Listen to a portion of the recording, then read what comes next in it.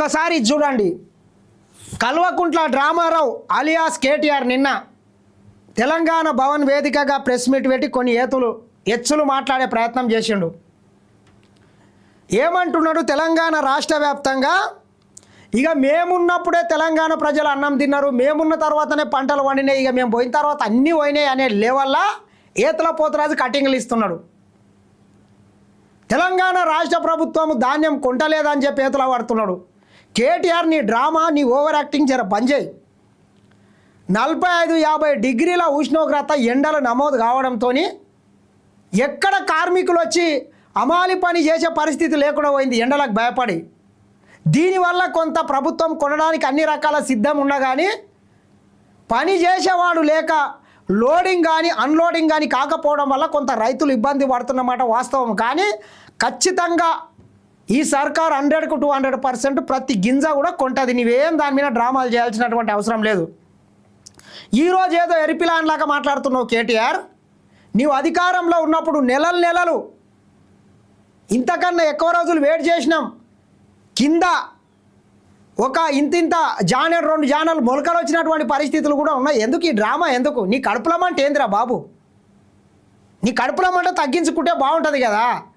రైతుల్ని పోయి రెచ్చగొట్టడం, శవాల దగ్గర పోయి సెల్ఫీలు దిగడం, అనవసరంగా కొంతమందికి పైసలు ఇచ్చి కొన్ని బస్తాల్ని తగిలేయమనడం, ఇది ఈ పైశాచిక ఆనందం ఏంది? నీ అసలు కడుపుకు అన్నం తినేటప్పుడు ఎవడన్నా గింత దౌర్భాగ్యం ఉంటుందా? ఏదో ఒడదెబ్బ దాకి చనిపోతే ఆడపోయి రాజకీయమే. మరి గింత దిగజారి రాజకీయం చేస్తే వీళ్ళని ఏమనాలో చెప్పండి? ఏమంటాడు? దమ్ముంటే అసెంబ్లీ రద్దు చేయి, ముందస్తుకు పోదాం, మళ్ళీ గెలిపిస్తామని నమ్మకం ఉంటే ప్రజా తీర్పు ఎట్లుంటుందో చూద్దాం. కేటీఆర్ ఏమంటున్నాడు? ఏతుల పోతరాజు ప్రభుత్వాన్ని రద్దు చేయాలంట. ఎందుకు రద్దు చేయాలి సన్నాసి? తెలంగాణ రాష్ట్ర ప్రజలు స్పష్టంగా 5 సంవత్సరాలకు మ్యాండేట్ ఇచ్చిండు. 5 సంవత్సరాల తర్వాత ఎన్నికలు వస్తాయి, ఎదుర్కొందాం. ఇప్పుడే రాజీనామా చేయి, ఇప్పుడే ప్రభుత్వాన్ని రద్దు చేయి అనకం ఎందుకు? మీ అయ్యేలాక ఏమి నిండా తిని ఫామ్ హౌస్లో అనుకోవట్లేదు కదా ఈ ముఖ్యమంత్రి. రోజుకు 18 గంటలు తగ్గకుండా పనిచేస్తుంటే నీ కడుపులో మంట ఏందో నాకు అర్థం అవుతలేదు. అంటే నువ్వు 10 ఏళ్ళు విందులకు, విలాసాలకు, పార్టీలకు అన్నిటికీ అలవాటు పడ్డావు. ఈరోజు ఈ ప్రభుత్వం ఉన్నది కాబట్టి నీకు అవన్నీ వీలు అయితే లేవు కాబట్టి ఇట్లా డ్రామా.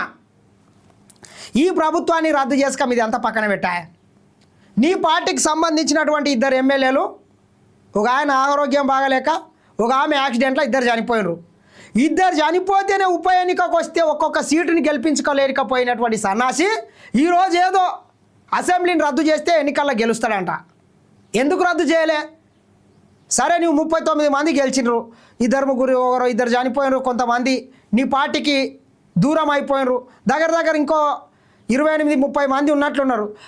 నీ పార్టీలో ఉన్నటువంటి మొత్తం అందరు రాజీనామా చేయండి. సుతం ఈ ప్రభుత్వాన్ని ఎందుకు రద్దు చేయలే? నీ పార్టీలో ఉన్నటువంటి ఎమ్మెల్యేలతో మొత్తము రాజీనామా చేయించు. రాజీనామా చేసిన తర్వాత ఉప ఎన్నికకి వెళ్దాం. నీవు మొగనివి అయితే నీకు నిజంగానే ఇంకేమైనా సిగ్గుశరం సీమునెత్తరా ఉంటే అందుట్లో సగం మందిని గెలిపించుకో సుతమిగ. అజ్జయ్, అది నీ చేతుల మాట కదా. ఈ ప్రభుత్వం ఎందుకు రద్దు అయితే సన్నాసి? 5 ఏళ్లకు ప్రజలు తీర్పు ఇచ్చిండ్రు, 5 ఏళ్ల తర్వాత ఎన్నిక వస్తుంది. నీ దగ్గర ఉన్నారు కదా, నీవు నిజంగానే మోపిలాన్ని అయితే చెయ్యి. నీ దగ్గర ఉన్నటువంటి ఎమ్మెల్యేలు మొత్తం రాజీనామా చేయించి ఉప ఎన్నికకి వెళ్ళి చూద్దాం. ఇక నీ మూతపడతాను ఏందో. సిగ్గులేనోడా? ఒక్క పార్లమెంటు స్థానం గెలవలేకపోయినావు, ఒక కార్పొరేషన్ గెలవలేకపోయినావు, ఏ ఎన్నికకు వస్తే అక్కడ మొత్తం తూడ్చుక పెట్టుకపోయినావు. మళ్ళీ సిగ్గు లేకుండా మళ్ళీ రాజీనామా చెప్పి ఈ డ్రామా ఏంది? ఈ డ్రామాలు చూసి ప్రజలు చిరాకు దొబ్బే నిన్ను ఫామ్ హౌస్కు పరిమితం చేసిండ్రు. ఇంకా తిన్నది ఎరగాక ఇట్లా అమాసకు పుణ్యానికి వచ్చి ఓవర్ యాక్టింగ్ డ్రామాలు చేయించే ప్రయత్నం చేస్తున్నావు. రేవంత్ కలలు కనండి కానీ కథలు చెప్పకండి. 9 రోజులు నిందితుడిని కాపాడిన ఉదాంతం దేశంలో ఎక్కడా లేదేమో. మీడియా వల్లే మీడియా కాళ్ళ వెళ్ళపడి సంజయ్ కొడుకు వార్త రాకుండా చేశారు. ఆ వార్తలు ఇవ్వనందుకు తెలుగు మీడియా సిగ్గుపడాలి. హనీ ట్రాప్ అంటూ విధవ మీడియాలో కథనాలు వచ్చినాయి. రాష్ట్రంలో 30% ధాన్యం కూడా కొనలేదని ఫైర్. ఎక్కడ పోయింది మరి నీ ఫామ్ హౌస్లో వండినటువంటి ధాన్యం అంతా ఎక్కడ పోయింది? బీహార్లో పోయి అమ్ముకొచ్చినావా, మహారాష్ట్రలో అమ్ముకొచ్చినావా, ఏడ అమ్ముకొచ్చినావా చెప్పు. ఎవడు అవునన్నా కాదన్నా 100కు 200% రాష్ట్ర వ్యాప్తంగా ఉన్నటువంటి ప్రతి వరి గింజని కొనడానికి ఈ రాష్ట్ర ప్రభుత్వం సిద్ధంగా ఉన్నది. నీ డ్రామా ఏం అవసరం లేదు, కొంత నీ డ్రామా కట్టిపెట్టు. బండి సంజయ్ అయినా వాళ్ళ బాబు అయినా మీ బాబు అయినా ఎవడైనా ఈ రాష్ట్ర ప్రభుత్వం ఎవరి అడుగులకు మడుగులు వస్తుంది. గతంలో మనం చూసినాం, నీ పార్టీ అధికారంలో ఉన్నప్పుడు నీ పార్టీకి సంబంధించినటువంటి హోమ్ మినిస్టర్ మనమడు పెద్దమ్మ తల్లి గుడి వెనకాల పోయి మైనర్ అమ్మాయిల మీద అఘాయిత్యానికి పాల్పడితే నీవు పీకిందేంది, నాటిందేంది, కట్టలు కట్టిందేంది. ఈరోజు చూడు, కేంద్ర మినిస్టర్ ఉన్నా కానీ బండి సంజయ్ కొడుకు ఈరోజు చెర్లపల్లి జిల్లా చిప్పకూరు తింటున్నాడు. మరి నువ్వేం చేసినావా?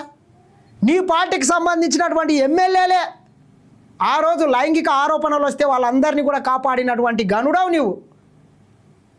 దుర్గం చిన్నయ్య అనేటటువంటి ఒక ఎమ్మెల్యే మీద ఆనాడు నువ్వు అధికారంలో ఉన్నప్పుడు షేజల్ అనేటటువంటి ఒక అమ్మాయి ఢిల్లీలో పోయి జంతర్ మంతర్ దగ్గర నా మీద లైంగికంగా నన్ను వేధించిండు అని చెప్పి ఢిల్లీలో పోయి ధర్నాలు చేసింది సన్నాసి. ఆ రోజు ఏం పీకినావు? ఏడ కట్టలు కట్టినావు? ఎందుకు వాళ్ళకి న్యాయం చేయలేదు? వీటన్నిటికీ మాత్రం సమాధానం చెప్పడా. కానీ ఈరోజు ఈ ప్రభుత్వాన్ని రాజీనామా చేయండి, ప్రభుత్వాన్ని రద్దు చేయండి ఎందుకు చేస్తారు? ఏమన్నా బస్సు సిగ్గు శరం లేకుండా మళ్ళా సిగ్గులేని మాటలు మాట్లాడతాడు. ఇట్లా మొత్తం డ్రామా చేసే ప్రయత్నం చేస్తాడు. చూడండి ఒకసారి వాన్ పేపర్లో కూడా మొత్తం పొద్దుగాల లేస్తే ఈ కుట్రలు కుతంత్రాలు తప్పితే ఒక్కటి కూడా పనికొచ్చే వార్త రాయడా. కనీసం ఒక్కటంటే ఒక్కటి ప్రజలకు పనికొచ్చేది ఒక్కటైనా రాయలే కదా. ఇట్లా అమాయకమైనటువంటి రైతులను రెచ్చగొట్టి వాళ్ళ పానాలు తీసుకుంటా ఉసురు తీస్తున్నాడు ఈరోజు.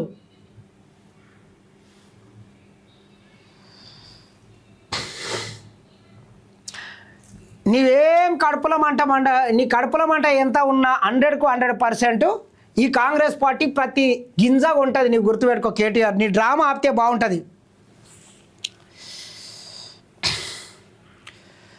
ఫ్యూచర్ సిటీలో ధూమ్ధామ్ ప్రారంభానికి సిద్ధమవుతున్న ఫ్యూచర్ సిటీ డెవలప్మెంట్ అథారిటీ భవనం జూన్ 2న శంకుస్థాపనలు, ప్రారంభోత్సవాల జాతర, 14 ఫార్మా కంపెనీల R&D కేంద్రాల ఏర్పాటు, ఫ్యూచర్ సిటీ డెవలప్మెంట్ అథారిటీ భవనానికి శ్రీకారం, NIUM సింగరేణి భవనాలకు శంకుస్థాపన, ప్రతిష్టాత్మక కంపెనీల డాటా సెంటర్ల ప్రారంభం, రాష్ట్ర అవతరణ దినోత్సవాన పలు సంక్షేమ పథకాలు, ప్రభుత్వ ఉద్యోగులకు ఆరోగ్య కార్డుల పంపిణీ, కొత్తగా మరో 2 లక్షల పెన్షన్ల మంజూరుకు కూడా, మహిళా శక్తి భవనాలు, ఇందిరమ్మ ఇండ్ల 2వ విడత కార్యక్రమం ఆదిలాబాద్లో ప్రారంభం, ఇందిరమ్మ కుటుంబ జీవిత బీమా పథకం పైన ప్రకటన.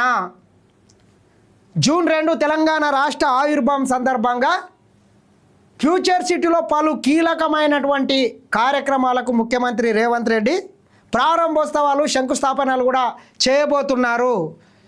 చూడొచ్చు ఒకసారి మనం నూతనంగా ఏర్పాటు చేసినటువంటి ఫ్యూచర్ సిటీ డెవలప్మెంట్ అథారిటీ భవనం ఇది.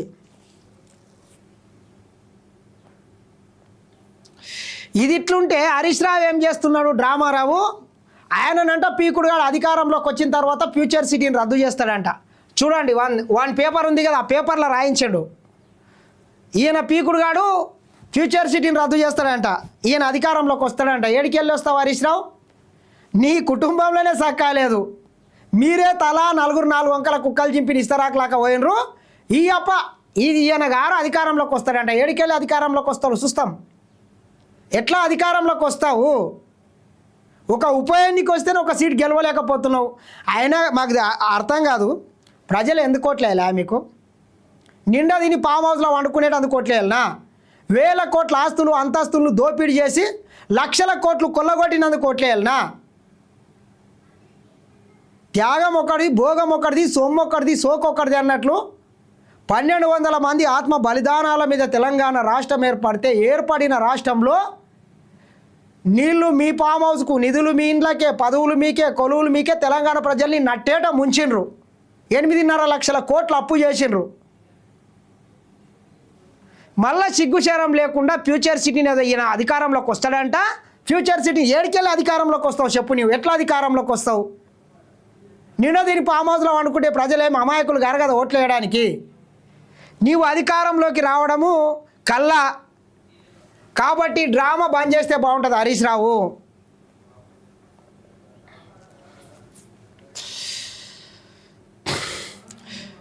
ప్రభుత్వ జూనియర్ కాలేజీల్లో అల్పాహారం, మధ్యాహ్న భోజనం నూతన విద్యా సంవత్సరం నుంచే. ఇకపై స్కూళ్ళలో అల్పాహారం కూడా విద్యార్థులకు 3 నెలలకోసారి